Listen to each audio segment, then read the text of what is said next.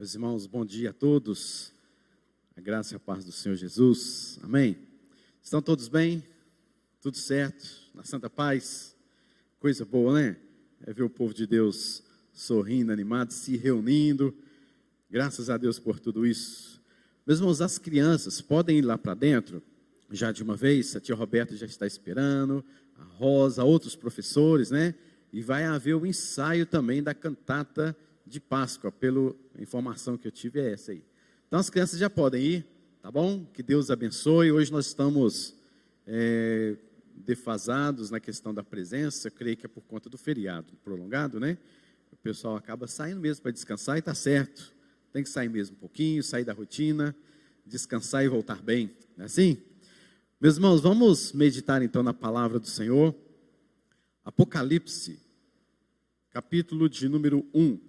E eu farei a leitura dos versículos 9 até o versículo de número 13. Apocalipse, capítulo de número 1, versículos de número 9 a 13. Apocalipse 1, de 9 a 13. Diz assim a palavra do Senhor. Eu, João, irmão vosso e companheiro na tribulação, no reino e na perseverança em Jesus, achei-me na ilha de Pátimos, por causa da palavra de Deus e do testemunho de Jesus. Achei-me em espírito no dia do Senhor, e ouvi por detrás de mim grande voz, como de trombeta, dizendo: o que vês, escreve em livro e manda às 7 igrejas: Éfeso, Esmirna, Pérgamo, Tiatira, Sardes, Filadélfia e Laodiceia. Voltei-me para ver quem falava comigo, e voltado, vi 7 candeeiros de ouro, e no meio dos candeeiros, um semelhante a filho de homem, com vestes talares, e cingido à altura do peito, com uma cinta de ouro.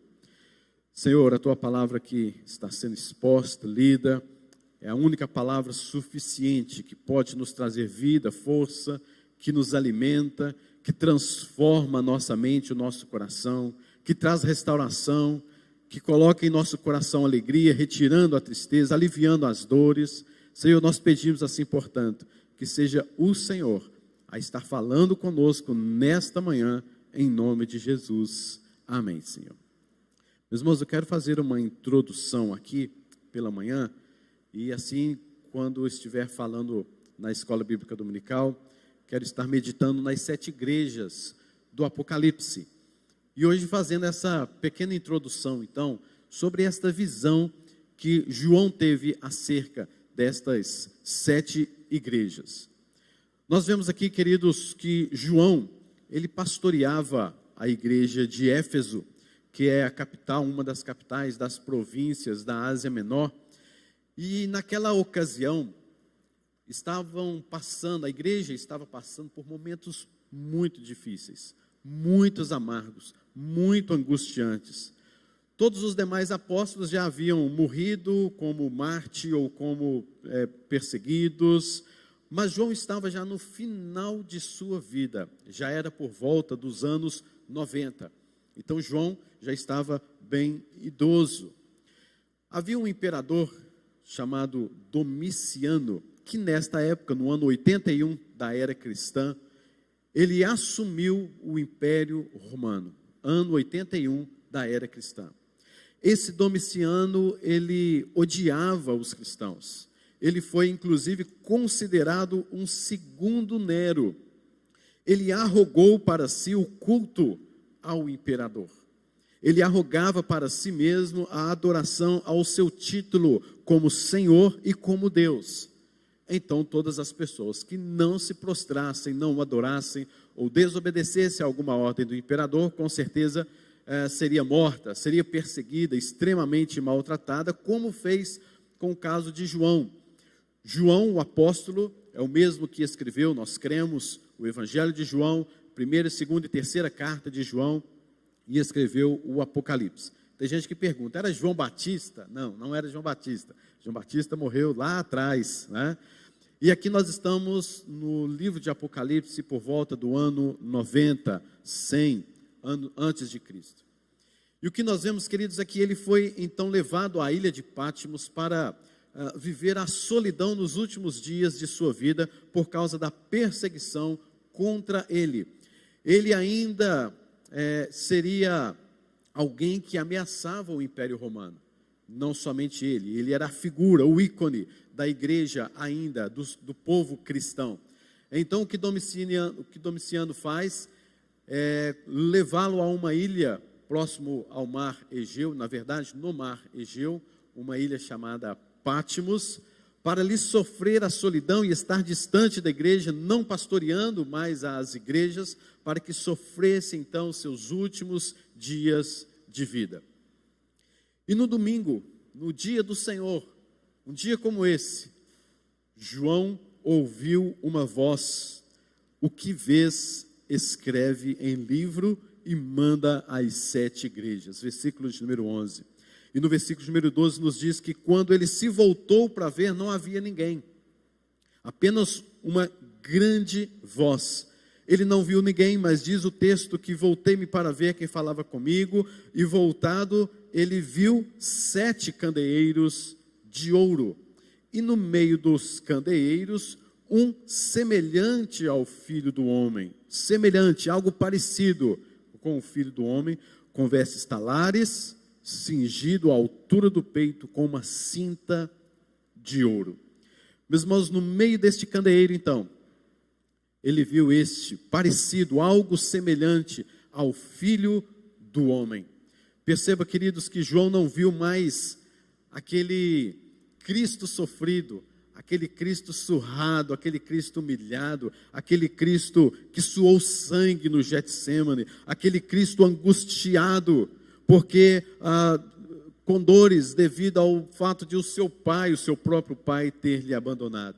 Não era mais este Jesus cuspido, não era mais aquele Jesus humilhado, não era mais aquele Jesus carregando o madeiro, passando no meio do povo, estando no meio do povo, andando no meio do povo, abatido, com dores, carregando o madeiro pesado, nem mais aquele Cristo pendurado no madeiro, escorrendo sangue, gritando, sofrendo ali a asfixia de não poder mais respirar. Mas o que João vê agora é um Cristo vitorioso, é um Cristo majestoso, é um Cristo onipotente. E ele vai agora no decorrer deste mesmo capítulo de número 1, dizendo que os seus cabelos são brancos como a lã, os seus pés como bronze polido, a sua voz como voz de muitas águas, as suas mãos não mais cravadas, não mais penduradas no madeiro, mas as suas mãos ele as via como aquele que sustentava a sua igreja. Seu rosto brilhava como o fulgor do sol, seus olhos eram como chamas de fogo, e João, quando vê tudo isso, ele cai como um morto, porque ele não podia contemplar aquele que era majestoso. Contemplamos aquele que era o espelho da humanidade, aquilo como Deus vê o homem, Cristo crucificado. É assim que o homem é visto aos olhos de Deus, um homem morto, crucificado, humilhado, cuspido. E todas as vezes que Deus deseja glorificar o seu nome, ele humilha o homem, porque o homem é orgulhoso, o homem é insatisfeito, o homem é descontente. E agora aqui, quando João vê toda esta cena, cai como morto, o que nós podemos ver, queridos, é exatamente aquele que reina, está de fato operando com o seu poder magnífico, majestoso, onipotente, controlando todas as coisas deste universo, assentado à destra de Deus Pai Todo-Poderoso, e Ele é aquele que sustenta a igreja, Ele é aquele que sustenta o seu povo em momento de grandes dores, porque Ele sofreu dor, em momentos de grandes humilhações, porque Ele foi humilhado. Ele é quem sustenta a igreja em momentos mais terríveis de sua carreira, porque Jesus também sofreu tudo isso. Eu sou o primeiro e o último. Estive morto, mas estou vivo pelos séculos dos séculos. E ele viu então essa glória de Jesus no meio das 7 igrejas. Deve ter sido uma figura maravilhosa, né? Para quem estava sofrendo na ilha de Patmos, para quem estava caminhando com a igreja e vendo todo aquele sofrimento, irmãos sendo mortos, irmãos sendo perseguidos, maltratados, e de repente ele visualiza toda esta imagem, todo este poderio de Jesus. Que consolo, que maravilha, que alívio podemos ver por detrás da cortina desse teatro, deste mundo. Nós estamos vendo ali aquele que controla toda esta coisa. Tudo está perfeitamente sustentada nas suas mãos. Nas horas mais difíceis, nas horas mais amargas, Cristo, o glorioso Cristo, está no meio do seu povo, como refúgio, como consolador, como aquele que nos dá forças, como redentor, como um majestoso rei, e não como alguém pendurado no madeiro, humilhado no madeiro. Meus irmãos, Jesus não viu apenas o Cristo, mas ele viu o Cristo andando no meio da igreja. Isso é magnífico. Não é simplesmente Jesus ali, mas Jesus andando no meio da igreja. E é por causa dele, queridos, Jesus andando no nosso meio, é por causa dele que nós cantamos, é por causa dele que nós cantamos: ao Rei dos Reis consagro tudo o que sou. É por causa dele que nós oramos, é por causa dele que nós nos prostramos ajoelhados e clamamos: Senhor, tem misericórdia de nós. É por causa dele, queridos, que nós temos a nossa família. É por causa dele que nós estamos vivendo a nossa vida, porque é tudo para a glória dele, porque só ele é majestoso. É isso que João viu naquele dia. E Jesus Cristo andando no meio da igreja, Jesus Cristo estava sondando a igreja, que estava sendo alvo de terrível perseguição. E Jesus Cristo, meus irmãos, anda no meio desta igreja corrigindo, exortando, fazendo promessas, avalia estas igrejas. E em todas as cartas que nós veremos daqui para frente, um certo tempo, há uma frase comum para todas as igrejas, que é a frase: eu conheço. Eu conheço, está em todas as cartas para todas as igrejas da Ásia Menor. Queridos, há então 3 coisas que quero ver aqui com os irmãos. Em primeiro lugar, Jesus, majestoso, poderoso, andando com toda a sua majestade, com toda esta visão que João teve, andando no meio da igreja, avaliando a igreja, exortando a igreja. Uma coisa que nós vemos é que, em primeiro lugar, ele conhece as nossas obras. Jesus, o poderoso, o majestoso, o onipotente, ele conhece a sua obra, ele sabe o que você faz. Eu conheço as suas obras. É interessante nós percebermos isso, porque ele é onipotente, ele é onisciente. Jesus conhece, queridos, aquilo que o seu marido não conhece. Jesus conhece aquilo que a sua esposa não conhece. Jesus conhece aquilo que o seu filho, aquilo que o seu amigo, aquilo que o seu pastor, aquilo que a sua mãe, o seu pai não conhecem. Jesus conhece o seu interior. Jesus conhece a você mais do que a você mesmo, porque foi Ele quem te criou. Ele nos conhece, Ele conhece o nosso coração. As profundas amarguras, tristezas, rancores do nosso coração, Jesus conhece. E Ele é majestoso, e Ele é onipotente, Ele é o nosso Redentor, Ele é o nosso Rei, e Ele conhece cada um de nós, cada igreja que é dele, pela qual Ele morreu. Para a igreja de Esmirna, Jesus disse: tua tribulação, sobre a sua tribulação e a sua pobreza. É bom saber que Jesus Cristo conhece as nossas tribulações. É bom saber que Jesus Cristo conhece as dores profundas da nossa alma. E como é bom saber que Jesus Cristo conhece os nossos gemidos, as nossas pobrezas, as nossas fraquezas, as nossas limitações. Portanto, queridos, os dramas, o choro, a dor que nós sentimos, ele vem para sossegar o nosso coração, como ele prometeu para a igreja de Esmirna. conhecendo as lágrimas daquela igreja, conhecendo as perdas daquela igreja. Ele conhecia a pobreza daquela igreja, Esmirna. Mas ele disse: mas tu és rica. Olha a visão que o onipotente Deus tem acerca da igreja de Esmirna. Uma igreja pobre, sofrida, maltratada, perseguida, fraca. Mas Deus diz assim: mas tu és rica. Ou seja, a igreja era pobre na terra, mas diante da visão de um Deus celestial, ela era uma igreja rica, pobre diante dos homens, mas rica aos olhos de Deus. A igreja de Pérgamo, Jesus também diz: conheço o lugar em que tu habitas. Eu conheço o lugar em que tu habitas. É onde está o trono de Satanás. Meus irmãos, ali naquela cidade de Pérgamo, foi erguido o primeiro templo de adoração ao Império Romano, dentro da Ásia Menor. Domiciano mandou e decretou que fosse construído ali, em Pérgamo, para a região da Ásia Menor, um templo dedicado a ele.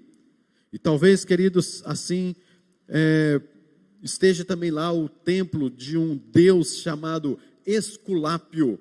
Ali havia o centro da adoração. E idolatria, queridos, era uma inspiração, e sempre foi, sempre tem por detrás da idolatria, uma inspiração satânica.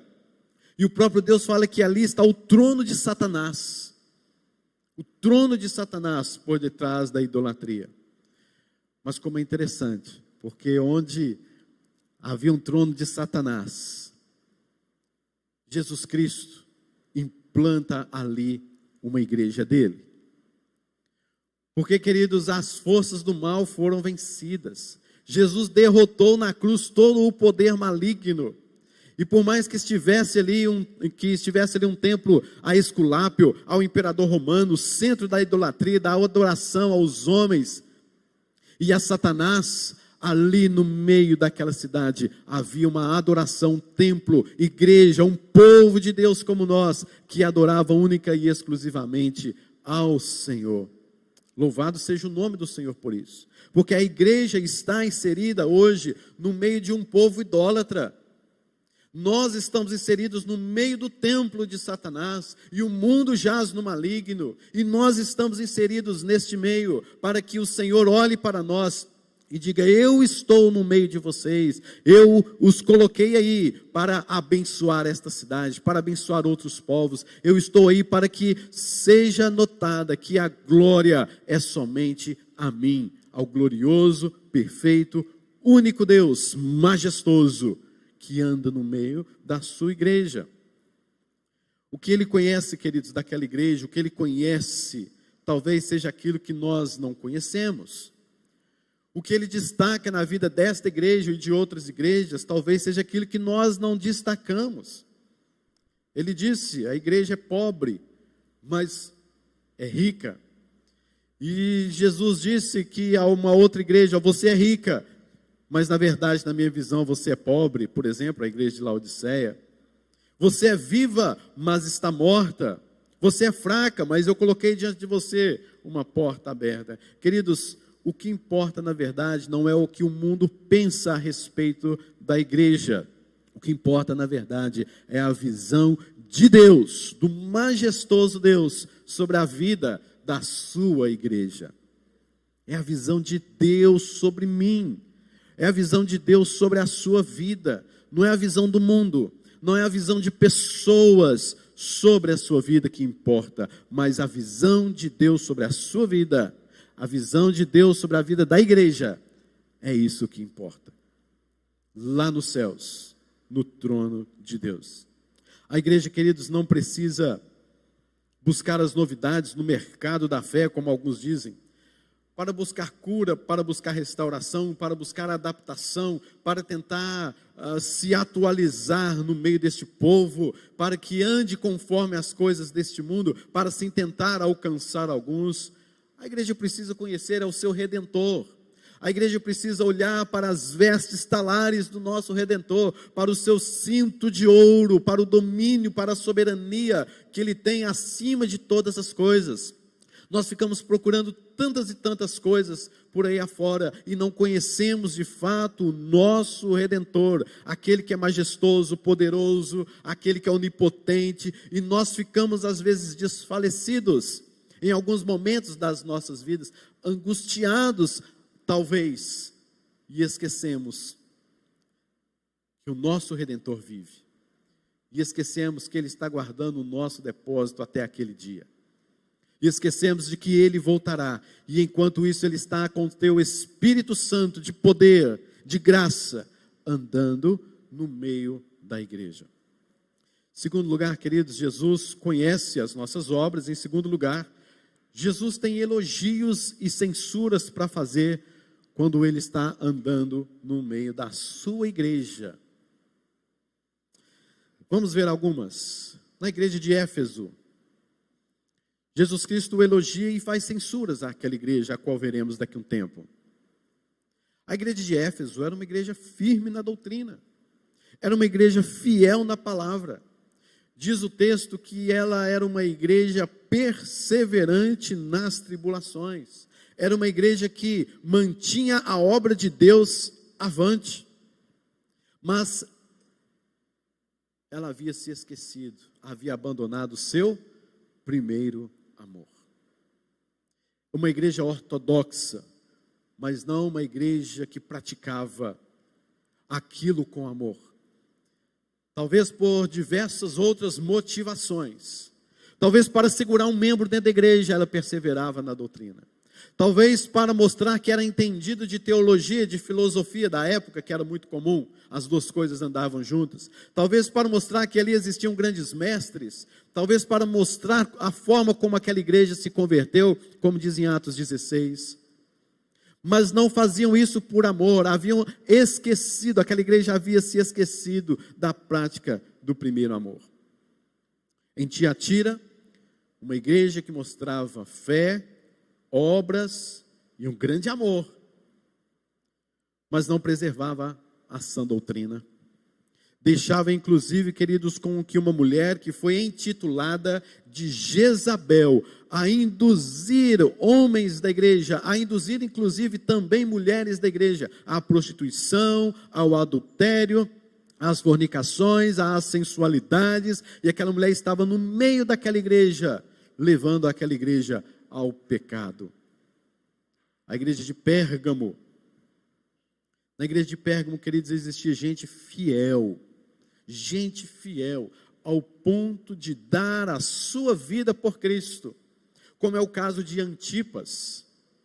Antipas possivelmente foi o pastor daquela igreja, ou quem sabe um grande líder notado dentro daquela igreja, um homem de Deus chamado Antipas, na cidade, na igreja de Pérgamo. E o que aconteceu com ele?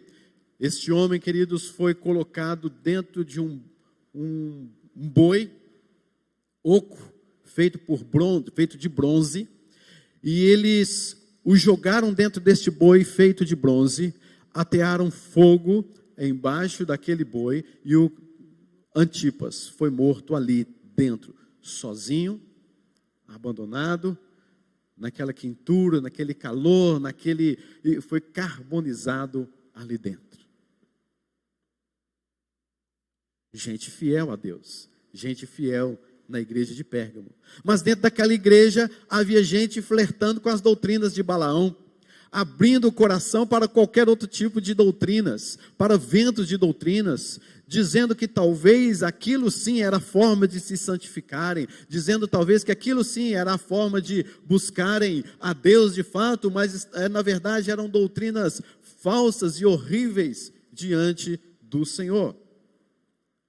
Pensemos na igreja de Sardes. A igreja de Sardes tem um nome muito bonito, de que é uma igreja viva, uma igreja avivada. Mas Deus está dizendo: não impressiono com isso que os homens veem em vocês, pois dentro de vocês tem um nome que está vivo, mas vocês estão mortos. Ou seja, queridos, era uma igreja que, aos olhos do mundo, aos olhos de outras pessoas, era vista como uma igreja viva, uma igreja avivada, uma igreja que busca a Deus, uma igreja que lê a palavra, uma igreja que está firme, mas aos olhos de Deus era uma igreja morta, era uma igreja nada avivada, era só uma capa, era só uma máscara, é só para mostrar, é só para sair bonito na fita, mas por dentro era oca, por dentro não tinha nada, não tinha estrutura, não tinha conteúdo. Era um povo religioso, era um povo que ia à igreja, que ia à escola dominical, que dava dízimo, que vinha para o culto à noite, que vinha, mas o coração estava longe do Senhor.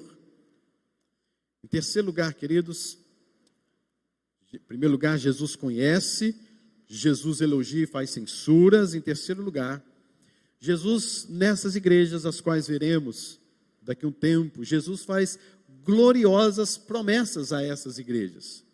Vamos ver a igreja de Éfeso. A igreja de Éfeso, Jesus prometeu que ela comeria do fruto da árvore da vida. Sabe o que significa isso? Comer do fruto da árvore da vida significa ter vida eterna. Vida eterna é conhecer a Deus, e Deus é amor. Aquela igreja que havia abandonado o seu primeiro amor, Deus está dizendo a ela: eu farei com que vocês experimentem eternamente o verdadeiro amor. Queridos, isso é prova da misericórdia, da graça de Deus na vida desta igreja.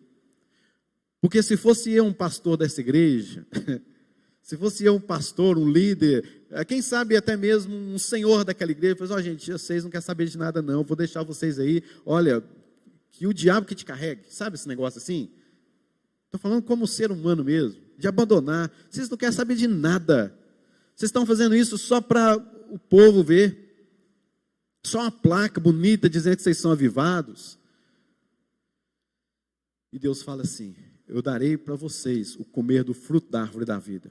Vocês abandonaram o primeiro amor, mas eu vou fazer com que vocês experimentem eternamente o que é o verdadeiro amor. Que Deus gracioso, não é, queridos? Quanto Deus é gracioso. A igreja de Esmirna também tem promessas.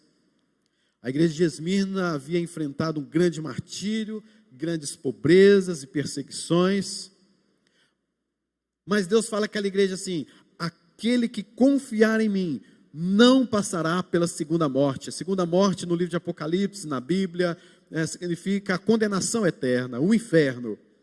E aquele que confiar em mim não passarão pela segunda morte. Vocês estão passando por perseguições, tribulações, aflições tamanhas. Eu sei disso, mas continuem confiando, porque isso passa, isso vai acabar e vocês reinarão comigo eternamente nos céus e não passarão pela segunda morte, o que é pior. Por isso perseverem, sejam firmes, confiem, porque ainda que passem por tudo isso, a segunda morte não tem domínio, não tem poder sobre vocês. Olha que notícia boa, queridos.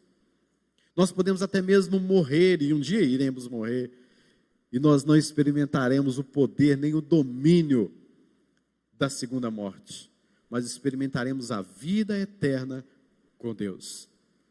Para a igreja de Pérgamo, uma igreja que foi seduzida pelos encantos do mundo, havia ali dentro da igreja de Pérgamo falsas doutrinas dos nicolaítas, que é um pouco difícil entender que tais doutrinas seriam essas, mas eram doutrinas com certeza reprovadas diante do Senhor. Era aquilo que o mundo oferecia de prazeres, a igreja estava trazendo para dentro de si, aquela igreja que estava manchando o seu nome por causa destas coisas diante de Deus. E Jesus Cristo, o grande Senhor, oferece um novo nome para aquela igreja, uma pedrinha nova lá na eternidade. Algumas pessoas pensam que isso é literal, né? Pastor, quando chegar lá no céu, vai mudar o meu nome, eu vou ter uma pedrinha branca, não é? Não, gente, não é bem assim não, tá certo? É só um símbolo de que nós teremos nós seremos uma nova pessoa, nós seremos transformados, nós seremos 100% santos, o pecado não terá mais domínio sobre nós. O nosso nome, como é visto principalmente pelos judeus que liam este texto, nome para o judeu é algo extremamente importante, é algo extremamente essencial para a vida de pessoas, para os seus filhos, para a sua descendência. Enfim, então lá no céu nós teremos uma nova identidade, e assim nós podemos descansar eternamente com uma nova identidade, porque não teremos mais Satanás, o mundo, a carne, olhando para nós como aqueles que foram pecadores, aqueles que cometeram terríveis pecados diante de Deus e que merecem a segunda morte. Lá não haverá mais esse tipo de afronta, porque nós teremos um novo nome. Graças a Deus por isso. Está acabando, queridos, está acabando. Segure firme aí, persevere, está acabando. A igreja de Tiatira, uma igreja completamente rendida a uma vida de imoralidade, por causa da influência de uma profetisa, de uma mulher que foi denominada Jezabel. E ele disse: darei a vocês a bênção de possuir aquele que é a estrela da manhã, a essência da santidade, a essência da pureza. Há alguém entre vocês que os levam a pecar, a praticar imoralidades tais, mas eu vou trazê-los para próximo de mim, e vocês serão purificados, e vocês terão a vida eterna. Que graça, né? Que graça de Deus. A igreja de Filadélfia, uma igreja talvez considerada uma igreja fraca, Deus prometeu fazer como uma coluna inabalável no santuário de Deus. Olha que coisa boa. Uma coluna inabalável no santuário de Deus. Uma igreja fraca, uma igreja que necessitava de grandes manifestações do Espírito Santo de Deus na vida dela. E Deus irá fazê-lo como um santuário inabalável. Uma igreja fraca, tendo promessas do seu Redentor. E a igreja de Laodiceia, uma igreja rica, abastada, que se gloriava nas coisas terrenas que possuía. Uma igreja que procurava o glamour do mundo. Uma igreja que procurava os seus títulos e nomes e ser reconhecidas em todas as áreas dos seus membros nas suas vidas. Uma igreja que foi chamada, convidada pelo mundo para ter o sucesso, a fama, o reconhecimento do seu nome e títulos dos mais profundos, as riquezas das mais procuradas, as fontes de sucesso das mais cobiçadas. E a igreja foi indo por este caminho para ser reconhecida pelas coisas do mundo, para ser bem reconhecida diante dos olhos do mundo, na sua riqueza, nos seus títulos, nas suas profissões, na sua capacidade intelectual, nas suas filosofias, em todas as áreas deste mundo. Uma igreja que estava com todas as suas portas abertas para que o mundo penetrasse e desse aquele gosto de prazer, aquele gosto de sucesso, aquele gosto do mundo. E Jesus Cristo disse que ao vencedor darei muito mais do que riquezas, darei o privilégio de assentar-se comigo no meu trono. Uma igreja que era rica, e Jesus Cristo fala assim: vocês são pobres, vocês são falsos, vocês estão vivendo uma mornidão espiritual que eu estou a ponto de vomitar. Vocês não prestam, vocês não olham para mim, vocês não me buscam de fato e de verdade, vocês não me adoram em espírito e em verdade, e eu estou a ponto de vomitar vocês da minha boca. Mas eis que chegará um dia em que vocês assentarão-se comigo no meu trono, aí vocês verão o que é riqueza. Vocês estão satisfeitos com as riquezas deste mundo? Com os títulos que lhes dão? Com os títulos pelos quais você é reconhecido? Isso não é absolutamente nada. Vocês experimentarão do meu trono, assentar-se-ão no meu trono. Meus irmãos, Jesus é a recompensa das igrejas. Todos os textos terminam: quem tem ouvidos, ouça. Esse é colocado por alguns intérpretes, né, como um estribilho, né, de todas estas cartas. Quem tem ouvidos, ouça o que o Espírito diz às igrejas. Meus irmãos, veja só, essas igrejas não existem mais. Vai procurar uma igreja lá em Éfeso. A cidade de Éfeso está lá, mas não tem igreja lá mais. Vai lá na cidade de Pérgamo, Tiatira. Vai lá em Laodiceia, onde era Laodiceia. Não tem mais ninguém lá não, meus irmãos. Acredita-se que 1% de toda essa região ainda pode ser crente. Ainda pode ter gente lá. Eram igrejas fortes. O Espírito Santo de Deus andava no meio daquelas igrejas. E ela ouviu elogios, ela ouviu promessas, mas ela não praticou. Quem tem ouvidos, ouça o que o Espírito diz às igrejas. Ela não ouviu. Elas não ouviram. Elas não ouviram, queridos, a voz de muitas águas. Elas não deram ouvidos àquele que tinha um cinto de ouro, que tinha os seus cabelos brancos como a lã, que tinha em suas mãos o sustentáculo de todas as igrejas.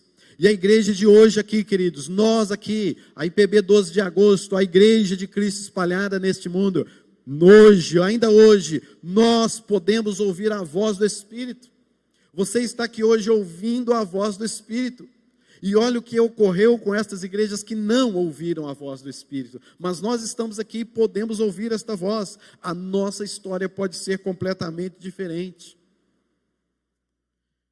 Queridos, para encerrar então esta introdução, se alguém aqui, queridos, perdeu o primeiro amor, é hora de fato de você voltar-se para Jesus. Quero voltar ao primeiro amor, diz o cântico. Reconhecer que Ele é de fato o amado da nossa alma. E que não há vida e nem sentido algum fora da presença de Deus. Se alguém aqui, queridos, passando por angústia, talvez, quem sabe, por algumas tribulações, é hora também de você saber que Jesus está conosco, andando no nosso meio. E mesmo que ainda soframos consequências e sequelas neste mundo, nós temos uma herança eterna guardada lá no céu com Deus. Teremos um novo nome, uma nova identidade em Cristo. A segunda morte e a condenação eterna não nos alcançará mais. Ela não tem mais poder algum. Não há domínio de Satanás, do mundo e da carne mais sobre as nossas vidas. Se houver alguém aqui, queridos, que só tem o nome de que está vivo, se alguém aqui, queridos, que só tem aquele nome de que, eu sou um bom crente, mas percebe que está vazio, que precisa mais de Deus, que vive de aparência, que está em ascensão aos olhos do mundo, mas está em queda aos olhos de Deus, queridos, é hora de tirar a máscara. É hora de parar com isso. É hora de buscar a Deus verdadeiramente.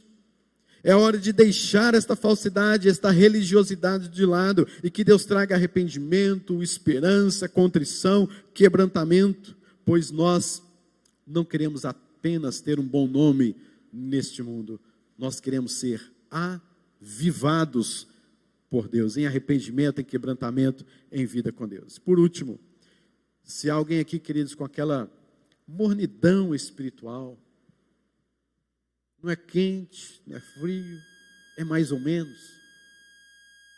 Se alguém também tem passado por isso, queridos, que se regozija apenas com o seu dinheiro, se alguém que se alegra apenas com os seus títulos, se alguém que se alegra apenas com os seus vestuários, com as suas riquezas, com o seu ouro, com o seu carro, com a sua casa, com as suas coisas de conquistas humanas, que esteja apenas contente consigo mesmo, é hora, queridos, de pedir a Deus a alegria do Espírito Santo, de restaurar o fervor espiritual no seu coração, no nosso coração, e nos dar a alegria, a visão de que nós já estamos, pela fé, assentados à destra de Deus Pai em Cristo Jesus, e temos ali não as riquezas conforme este mundo, mas as riquezas de Deus. Sentamos à mesa com o próprio Cordeiro e temos intimidade com Ele. Queridos, que Deus nos abençoe para que possamos ouvir o Espírito Santo de Deus falar a estas igrejas e assim aplicarmos nas nossas vidas hoje. Então abra os seus ouvidos. Quem tem ouvidos para ouvir, ouça o que o Espírito diz às igrejas. Nas próximas sequências de escola dominical, eu estarei meditando então na igreja de Éfeso e no contexto de Apocalipse. Amém, queridos? Deus te abençoe, em nome de Jesus. Que Deus traga sobre você, em nome de Jesus, toda essa esperança em seu coração. Vamos orar? Senhor, bendito seja o teu nome, ó Pai. Obrigado por esta palavra que o Senhor colocou em meu coração para estar, ó Deus, ensinando a tua igreja. Senhor Deus, tenha misericórdia, para que possamos, em cada detalhe, em cada palavra, abrir os nossos ouvidos, o nosso coração, para ouvir, ó Deus, o que de fato o teu Espírito Santo fala à nossa igreja. Senhor, que possamos, no nome de Jesus, não esquecer de absolutamente nada, de cada palavra, de cada detalhe, possamos, ó Deus, colocar no nosso coração e praticar, para que não sejamos encontrados infiéis, mornos, sem a prática do primeiro amor, desejando os prazeres deste mundo, desejando a sensualidade deste mundo, mas buscando o verdadeiro avivamento na tua presença. Dá-nos a conhecer cada vez mais as riquezas que possuímos em Cristo Jesus. É a nossa oração, em nome de Jesus. Amém. Amém, queridos. Meus irmãos, nós temos aqui alguns visitantes, alguns pela primeira vez.